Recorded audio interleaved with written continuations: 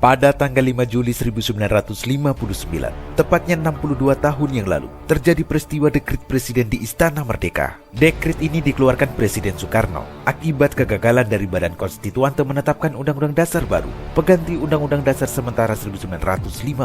Selain itu, adanya desakan untuk kembali ke Undang-Undang Dasar 1945, serta rentetan peristiwa politik untuk menyelamatkan negara. Maka, pada hari Minggu tanggal 5 Juli tahun 1959 pukul 17.00 waktu Indonesia Barat, Presiden Soekarno mengeluarkan dekret yang diumumkan secara resmi di Istana Merdeka, Jakarta.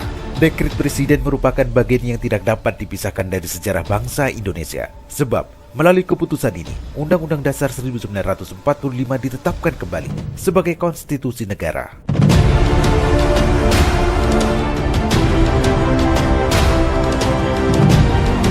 Pemirsa, setelah Republik Indonesia Serikat bubar, Undang-Undang Dasar Republik Indonesia Serikat secara otomatis tidak digunakan lagi. Konstitusi yang digunakan adalah Undang-Undang Dasar sementara. Badan Konstituante yang dibentuk berdasarkan hasil pemilu tahun 1955, kemudian ditugaskan membuat Undang-Undang Dasar pengganti Undang-Undang Dasar sementara sesegera mungkin.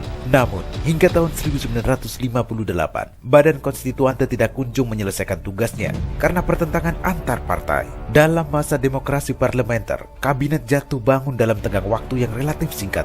Hal ini berdampak pada instabilitas pemerintahan. Keadaan ini mencerminkan kekurangmampuan pelaku-pelaku utama demokrasi dalam mengelola pemerintahan negara, minimnya pengalaman dan terpolarisasinya masyarakat dalam kelompok-kelompok ideologis politis yang kuat. Tak ada satu kabinet pun dalam masa demokrasi parlementer ini mampu memberi jaminan untuk dapat melaksanakan fungsi-fungsi pelayanan dan pembangunan masyarakat secara memadai, serta fungsi memelihara persatuan bangsa.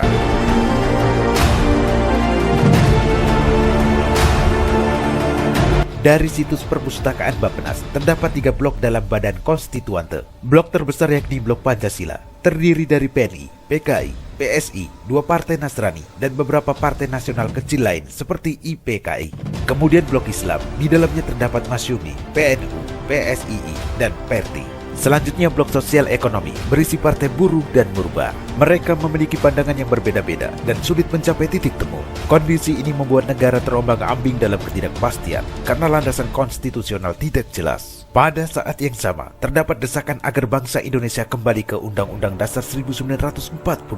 Selain itu, berlarut-larutnya sidang konstituante untuk menetapkan Undang-Undang Dasar menjadi alasan bagi Presiden Soekarno untuk mengusulkan rencana tentang pelaksanaan demokrasi terpimpin dalam rangka kembali ke Undang-Undang Dasar 1945 serta mengajukan konsepsi Presiden tanggal 22 Februari 1957 yang kemudian diikuti langkah Presiden menyatakan keadaan darurat nasional tanggal 14 Maret 1957 dan akhirnya mengeluarkan dekret Presiden tanggal 5 Juli 1959.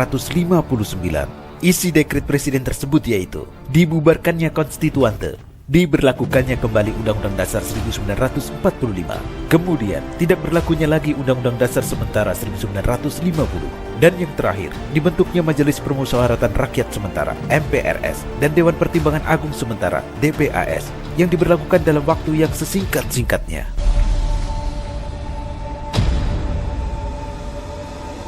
Pemirsa, dekret Presiden mendapat dukungan penuh dari masyarakat Indonesia. Sedangkan Kepala Staf Angkatan Darat Kolonel A.H. Nasution mengeluarkan perintah harian kepada seluruh anggota TNI Angkatan Darat untuk mengamankan dekret Presiden. Mahkamah Agung membenarkan dekret tersebut.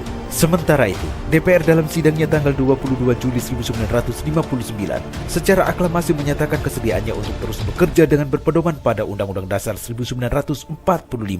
Dengan dekret ini, mulailah masa demokrasi terpimpin dan berakhirlah masa demokrasi liberal dan sistem parlementer.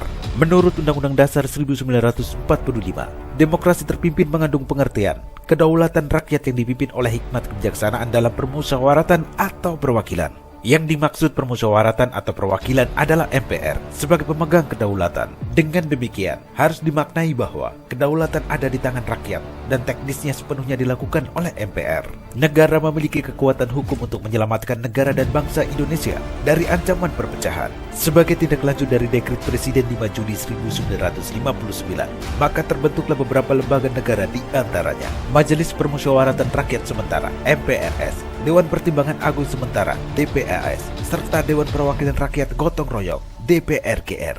Presiden Soekarno berpidato pada tanggal 17 Agustus 1959 yang berjudul Penemuan Kembali Revolusi Kita. Pidato yang terkenal dengan sebutan Manifesto Politik Republik Indonesia ini oleh DPAS dan MPRS dijadikan sebagai garis-garis besar haluan negara.